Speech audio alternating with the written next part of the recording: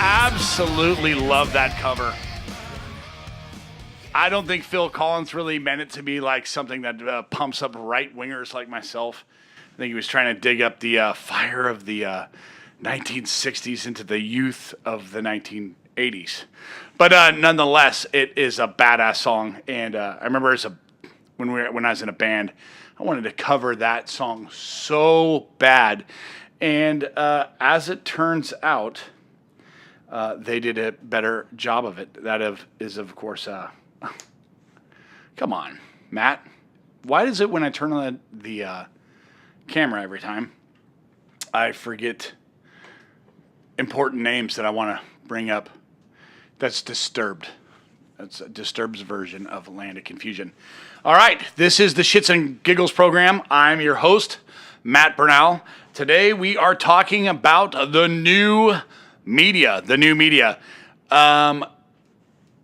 Listening to some feedback that I've gotten about the show, a lot of people, in fact, most people that have watched it have said, Matt, what the fuck are the things that you are talking about? Who are these people that you keep referencing in your show?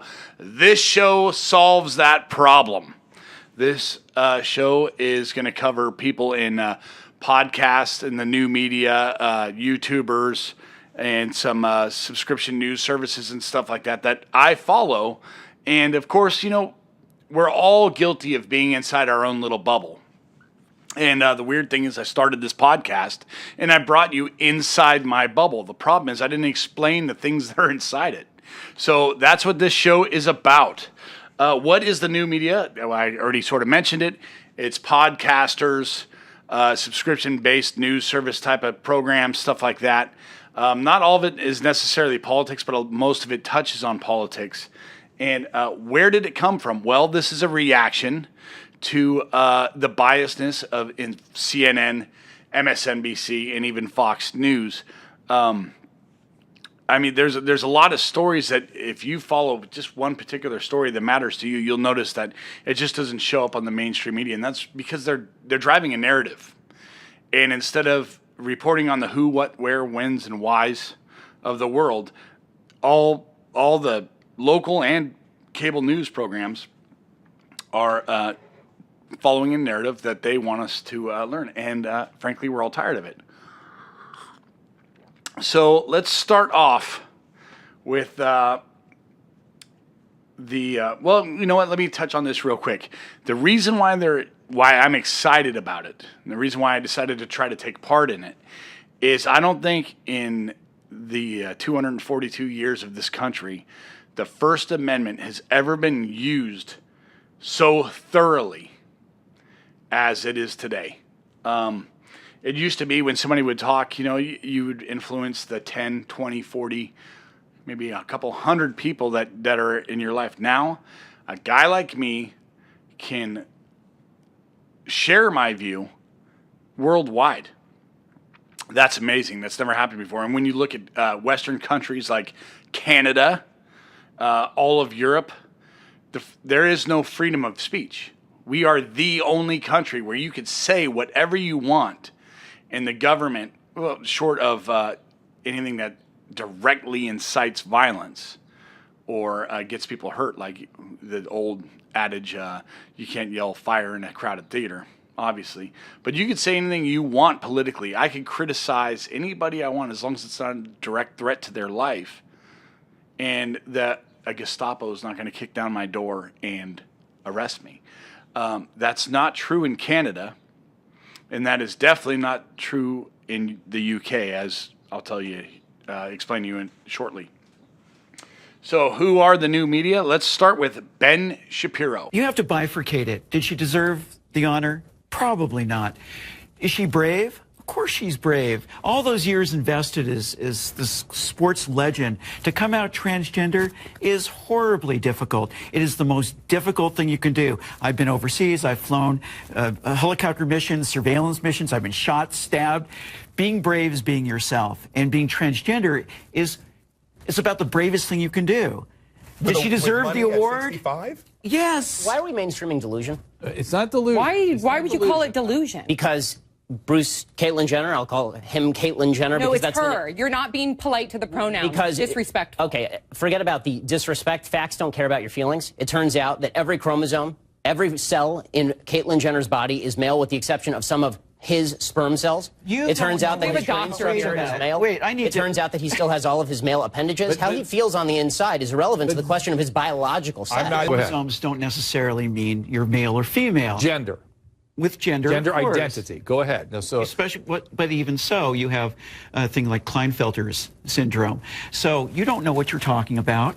You're not educated on genetics. Would you like to discuss the genetics? Or well, no. What are your genetics? So I'd stay away from the genetics and back to the brain scans. You cut that out now, or you'll go home in an ambulance. Yeah, that seems mildly inappropriate for a political discussion. No, that's bravery. That's why I like this guy. If you don't know the transgendered dude that he was sitting next to that threatened him, that's an ex-Navy SEAL that decided to be a chick.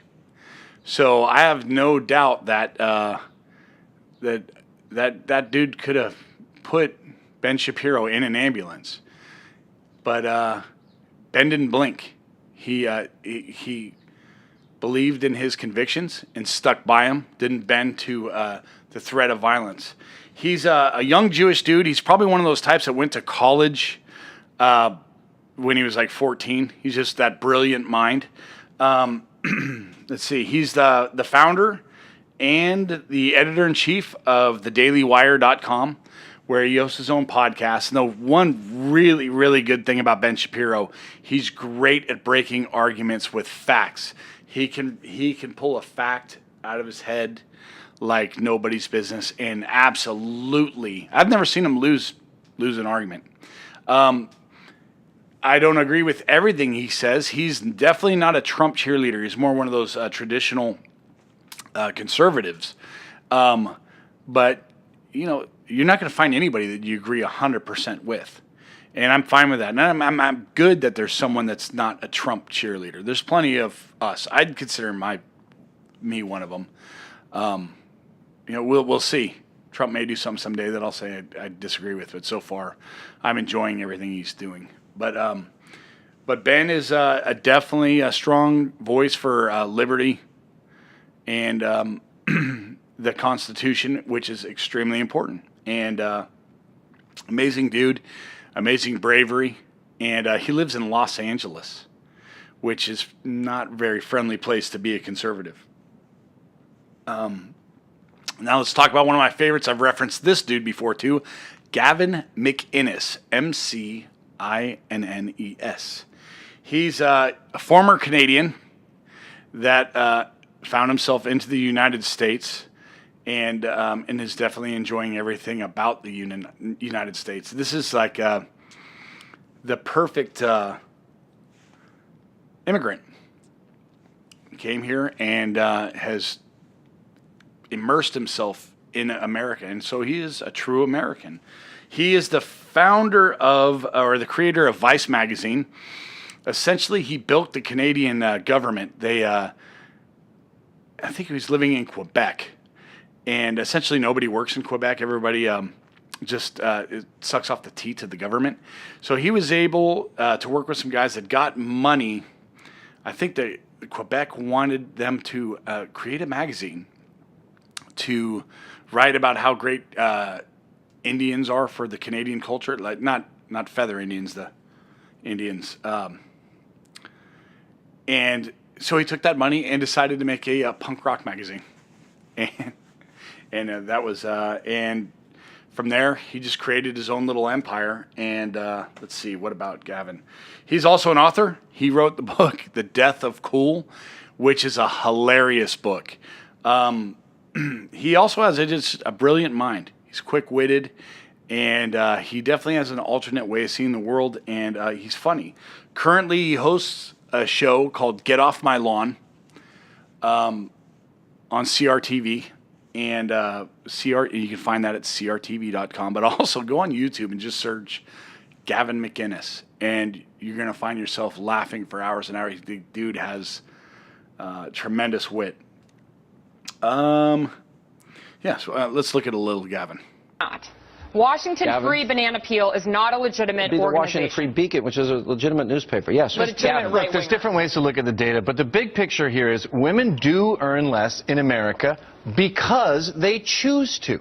They would rather go to their daughter's piano recital than stay all night at work working on a proposal. What? So they end up earning less. They're less ambitious, and I think this is sort of God's way. This is nature's way of saying women should be at home with the kids. They're happier there. I hope that your viewers do not take you, sir, seriously. There's a great book you should read. It's called Why Men Earn More, and it's all about women choosing to put family over work, and that's why they earn less. Having a choice does not mean that you're less ambitious, and your comments are absolutely deplorable. Sean, I would like Less ambitious than the I would workforce. like you to adjust it. You're a father. You have a daughter. If you were a real feminist, you would support housewives and see them as the heroes and women who work wasting their time. You said that women are less ambitious. Women are less ambitious. You have also said that women are better suited in the home. Yes, You've that's a also fact. said that, let's see, that women are emotional and women shouldn't run for public office. All of these things that just I never said women shouldn't run for public office. Yes, you have. You've said that If we're talking before. about 50% of the population, generally out of this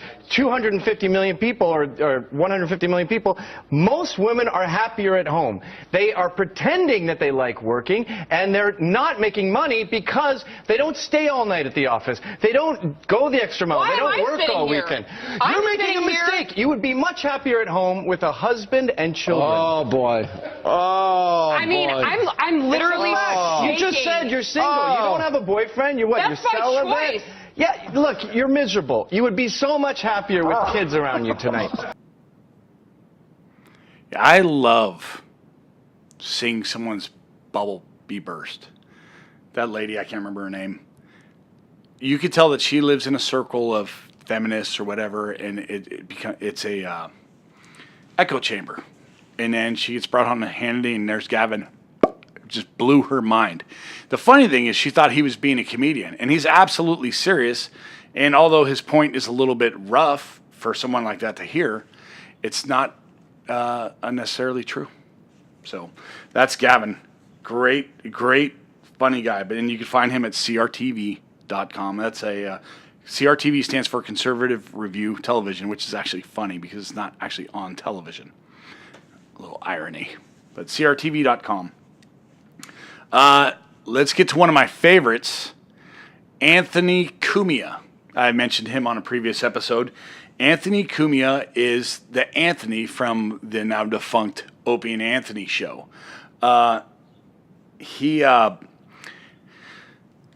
fired from SiriusXM because he got into a tussle in Times Square with a black prostitute, which is just funny on its own, the fact that that's part of your resume. So anyway, XM fired him because he had some mean tweets about a black prostitute. Essentially, he tweeted angry that that's an animal, and somehow they decided to make that racist. Here's the funny thing. If he said somebody's acting like an animal, and your boss says that's racist because you compared her to an animal, well, it happened to be a black lady, and they're saying, well, that's racist because you're calling that person. Well, he never said like that they were acting like a monkey or anything like that. But SiriusXM decided to make that jump themselves, showing their own racism. He was just talking about the viciousness of the woman, and that the supposed liberal company decided to make that leap of racism for him and fired him. So instead of being a crybaby, he took a little break, enjoying his millions, and then decided to start just like this in his spare bedroom, a media company called Compound Media. And there's several shows, honestly. It's a subscriber service, but of course you can find clips and stuff from Compound Media and Anthony Cumia's show on YouTube, and I highly suggest doing that. Go find him. He's more a comedian, but he will make fun of anything because comedy is supposed to be about the taboo. At least that's what I find funniest, and apparently a lot of people find it funny because you'll see a lot of guests come comedians that you may know: Owen Benjamin, Colin Quinn, Nick DiPaolo. People that have been pushed out of the comedy world because comedy has become so PC are finding themselves on these alternative media sites. Do I have a clip of Anthony? I don't. So we will not be showing a clip of Anthony Cumia. But I highly suggest Compound Media. And some of the other shows on Compound Media, you'll find humor that you won't find anywhere else. I mean, I consider myself pretty open-minded. There's a show on there called In Hot Water with Aaron Berg. And I'm being a jerk right now because I don't remember the other host's name. But it pushes the line. And the beauty about it, they're not worried about being fired. That network is built to support the freedom of speech no matter what your speech is. Getting away from shows, let's talk about Tommy Robinson. You saw the last episode. I had the free Tommy shirt. Tommy Robinson, you can find a lot of clips on YouTube. He's sort of an English activist / journalist, and he's essentially fighting the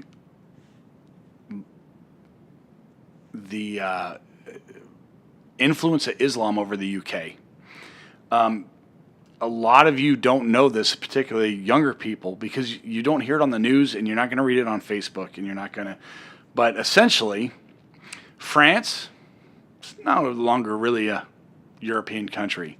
Germany, gone. The UK, they're pretty much, they've signed their own death warrant. And this is what happened.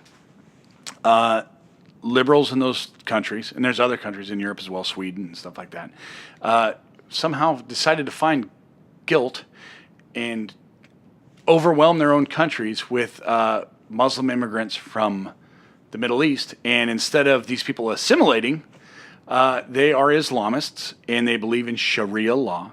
So what's happening is you'll find these little enclaves throughout the country where even the police and fire won't go. Sharia law, such as like women having to be covered from head to toe, is enforced in those areas, and the local police aren't welcome. Well, Tommy's fighting that, and Tommy's reporting on it, and the UK is not happy about it. In fact, what'll happen with Tommy is he'll be ready to give a speech in Oxford, and then a few days before they'll come and arrest him at his house. And then as soon as the date where he was supposed to give his speech is passed, they'll let him go with no charges.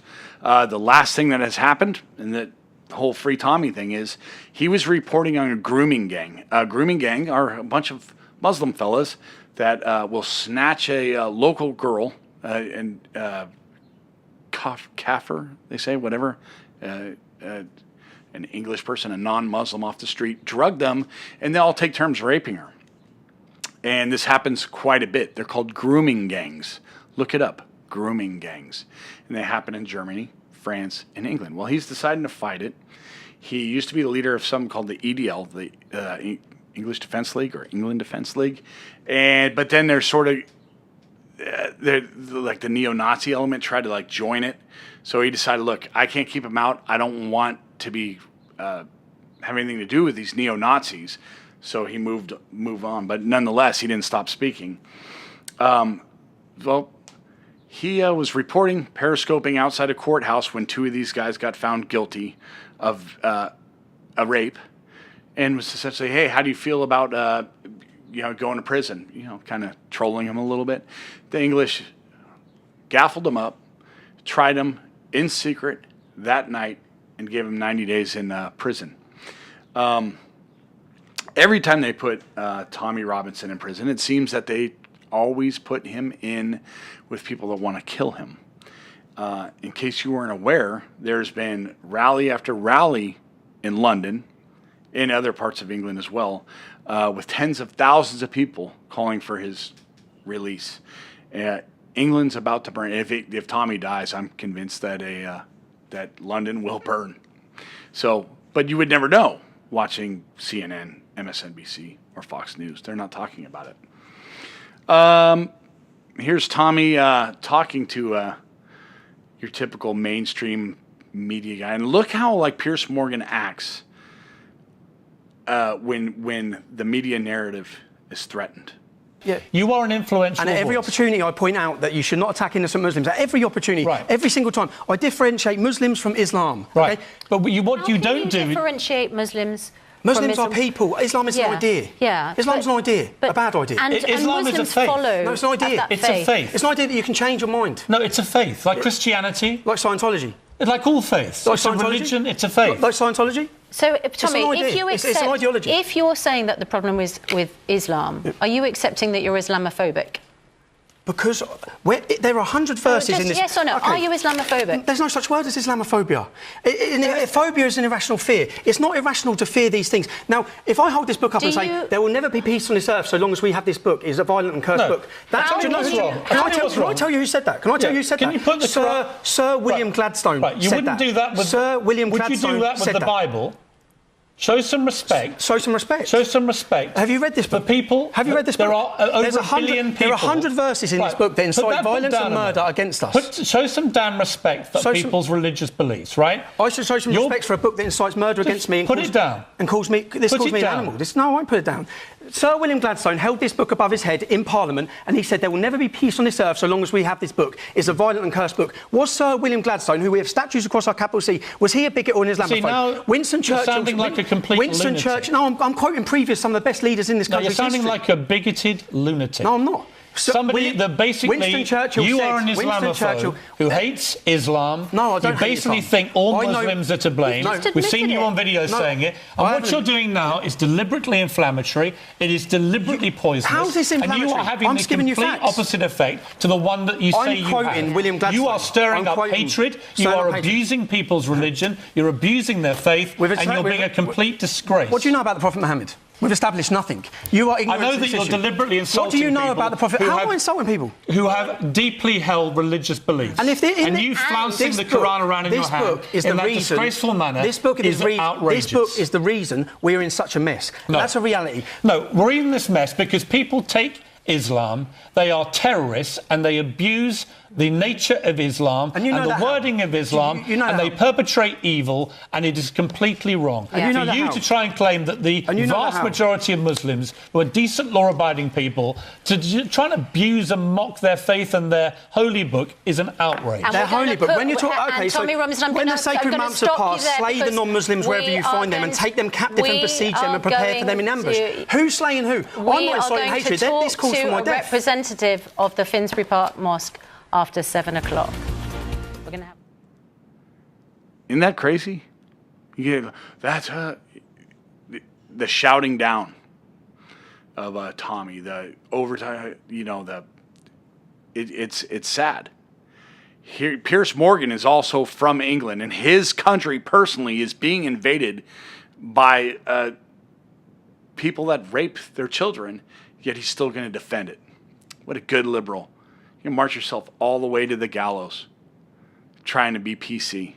Political correctness is a scourge. So getting to my last guy, Alex Jones. Alex Jones is a weird dude.